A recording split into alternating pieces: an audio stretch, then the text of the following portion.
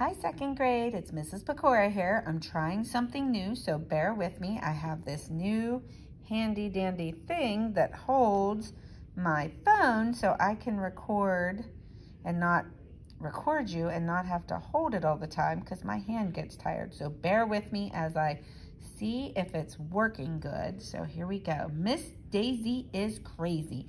And in the last chapter, they wanted to buy the school. They had a great idea. They were going to make it a video game arcade. And then also, I forget, they were talking math. And then they started talking about football. But AJ became suspicious and said, "Did you sneak math into here?" And she said, "No, it's just football."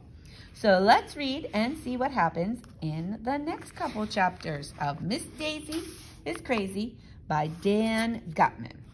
Okay, let's see, boys and girls. I'm trying to make sure it's centered on here so you can read along if you want. On Thursday, Principal Klutz came into our class. He was wearing a hat which almost made him look like a regular person who had hair on his head. "I have to go to a meeting," Principal Klutz told us, "but I heard that some of you second graders had something important you wanted to discuss with me." Miss Daisy said that I could ask my question. "Can we buy the school?" Principal Klutz said. Is what grown-ups say instead of or when they don't know what to say.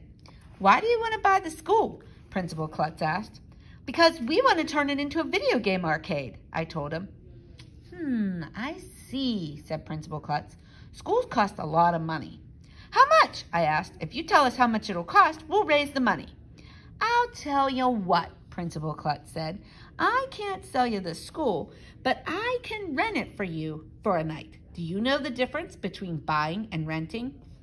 Andrea Young got her hand up first, as usual.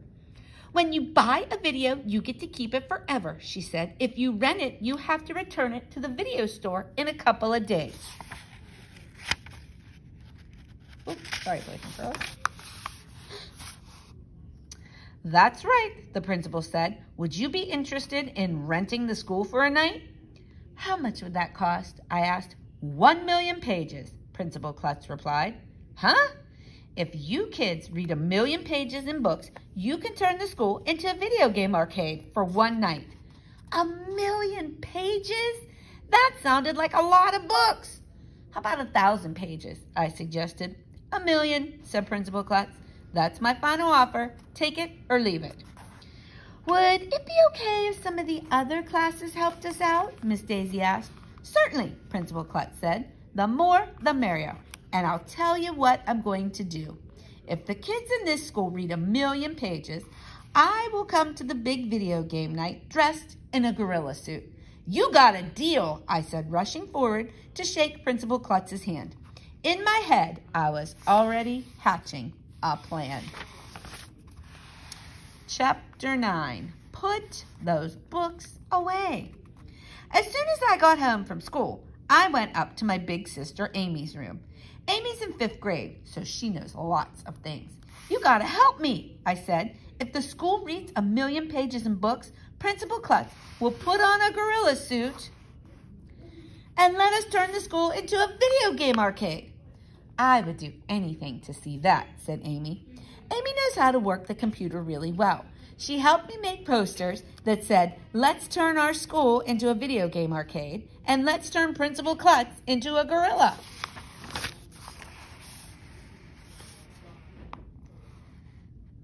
We tacked the posters up all over Main Street. Amy sent emails and instant messages to all the kids in 5th grade. The next morning, we tacked up the posters all over school.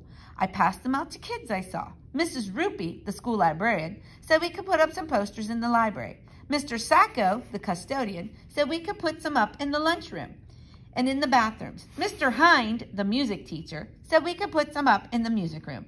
By the middle of the day, everyone in school was reading like crazy. Kids were reading during recess. Kids were plowing their way through books and then running to the school library to ask Mrs. Rupee if they could check out more. I read a book about frogs, and I don't even care about frogs.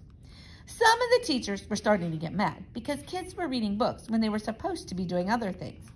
Please put those books away, Miss Daisy had to tell us. It's time for reading. Miss Daisy said she was sorry that she wouldn't be able to help us very much because she didn't know how to read. But she was nice enough to draw a big mural in the hallway with a giant thermometer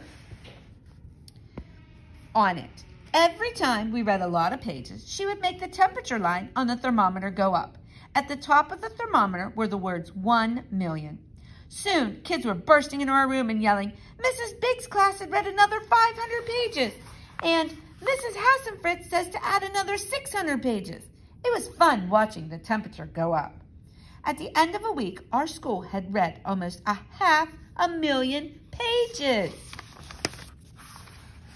Chapter 10. Football players are really dumb. All right, boys and girls, I think we're going to stop there for today, so we will check back tomorrow and read Chapter 10. Thanks for listening. Bye-bye.